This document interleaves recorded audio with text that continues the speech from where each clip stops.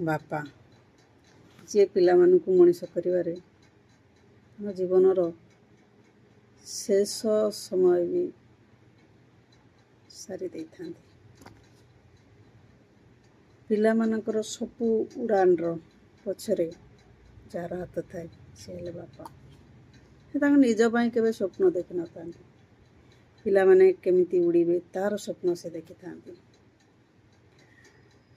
ସକାଳୁ ମୁଁ ମୋ ବାପା କଥା କହିବି, ଯଦି ଆମର ସକାଳୁ କୁଆଡ଼େ ଯିବାର ଥିବ, ମୋ ବାପା 10 ଥର ରାତି 3ଟାରୁ ଆରମ୍ଭ କରି ଯେ ପର୍ଯ୍ୟନ୍ତ ଆପଣଙ୍କର ଟାଇମ୍ ହେଇନି ସେ ପର୍ଯ୍ୟନ୍ତ ସେ ଆମକୁ ଉଠାଇଥାନ୍ତି।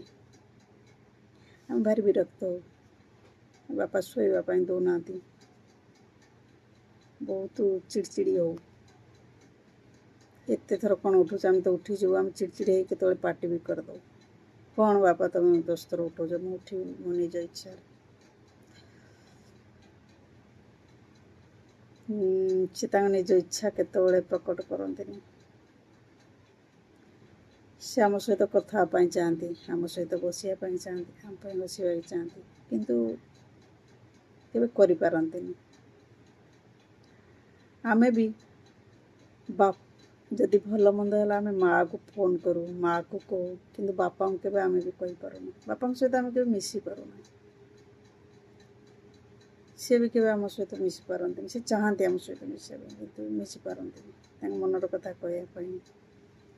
କେତେବେଳେ ଆମ ପାଖରେ ବସି ବହୁତ କିଛି କଥା କହିବା ପାଇଁ, କିନ୍ତୁ ଆମେ ନା ତାଙ୍କୁ ଶୁଣିବା ପାଇଁ କେବେ ଚେଷ୍ଟା କରିଛୁ, ନା ସେ କେବେ କହିଛନ୍ତି ତାଙ୍କ ମନର କଥା।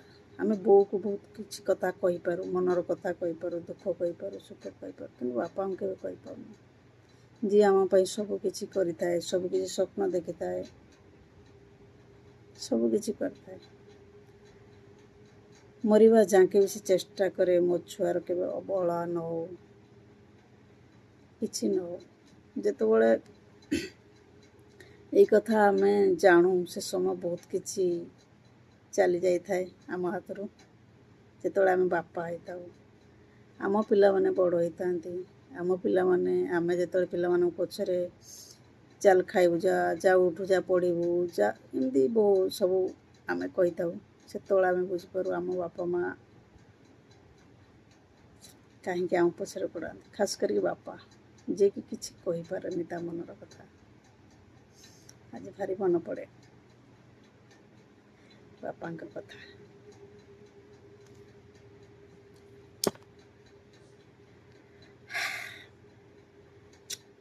ଆଇ ଲଭ୍ ୟୁ ବାପା। ମୁଁ କେବେ ବି କହିନି ତୁମକୁ ଏ ଶବ୍ଦ, ନା କେବେ କହିପାରିନି, କିନ୍ତୁ ମୁଁ ବି ତୁମକୁ ବହୁତ ଭଲ ପାଏ।